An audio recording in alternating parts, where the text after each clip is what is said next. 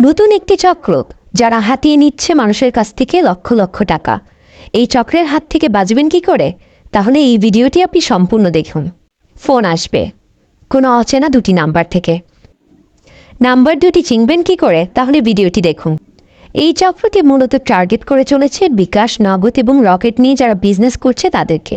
এরা আপনাকে ফোন করে বলবে যে আপনার নাম্বারে 5,000 বা কোনো একটি অ্যামাউন্টের টাকা তারা বিকাশ করেছে। এভাবে তারা আপনাকে ফোনে এঙ্গেজ রাখার চেষ্টা করবে, অথবা তারা বলবে যে আপনার অ্যাকাউন্টটি কোনো না কোনোভাবে ডিঅ্যাক্টিভেট হয়ে গিয়েছে। এবং আপনি যদি 3 থেকে 4 মিনিটের বেশি এদের সাথে কথা বলে থাকেন তাহলে আপনার মোবাইলের সকল প্রকার ইনফরমেশন এরা হ্যাক করে নেবে। এমনকি আপনার ফোনের পিন নাম্বার, আপনার বিকাশের পিন নাম্বার, আপনার ইমেল আইডি, আপনার যদি অন্য কোনো ব্যাংকিং অ্যাকাউন্টের অ্যাপ ইনস্টল করে থাকেন তাহলে সেই সকল অ্যাপের সকল রকমের পাসওয়ার্ড তারা হ্যাক করে নেবে, সব কিছু তারা হ্যাক করে নেবে এবং তারপরে আপনার অ্যাকাউন্ট থেকে টাকা তারা ট্রান্সফার করে নেবে। সো সতর্ক হয়ে যান এই ধরনের ফোন থেকে। কোনোভাবেই এই ধরনের নাম্বার থেকে কল রিসিভ করবেন না। নাম্বার দুটি আমি শেষে বলে দিব। এবং কোনোভাবেই আপনারা ভুলক্রমে এই ধরনের নাম্বারে কল আসা দেখলে কলটি ব্যাক করবেন না। এবং এদের সাথে বেশিক্ষণ যদি ফোন রিসিভও করে থাকেন তাহলে কোনোভাবে বেশিক্ষণ কথা বলবেন না। এতটুকু সময় তাদেরকে অবশ্যই দিবেন না যাতে করে তারা আপনার ফোনটা হ্যাক করতে পারে। 3 মিনিটের বেশি সময় পেয়ে গেলেই তারা আপনার ফোনটা হ্যাক করা শুরু করে দিবে।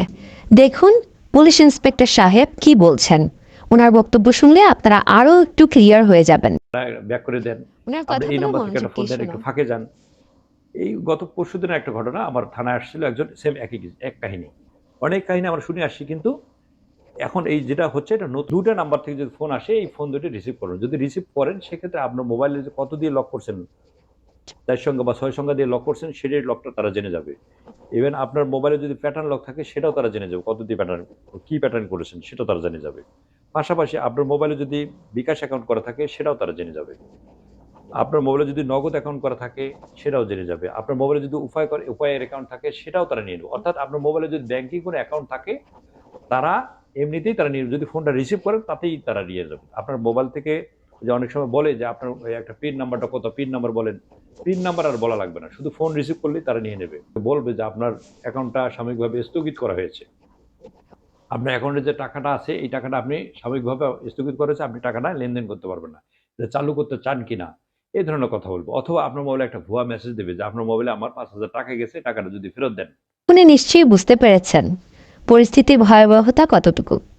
তাহলে এখন থেকে সাবধানতা অবলম্বন করে চলুন। 2টি নাম্বারের প্রথমে থাকবে +99 অথবা +92। +99 পরে অন্যান্য সংখ্যা থাকতে পারে, অনেকগুলো সংখ্যা থাকবে।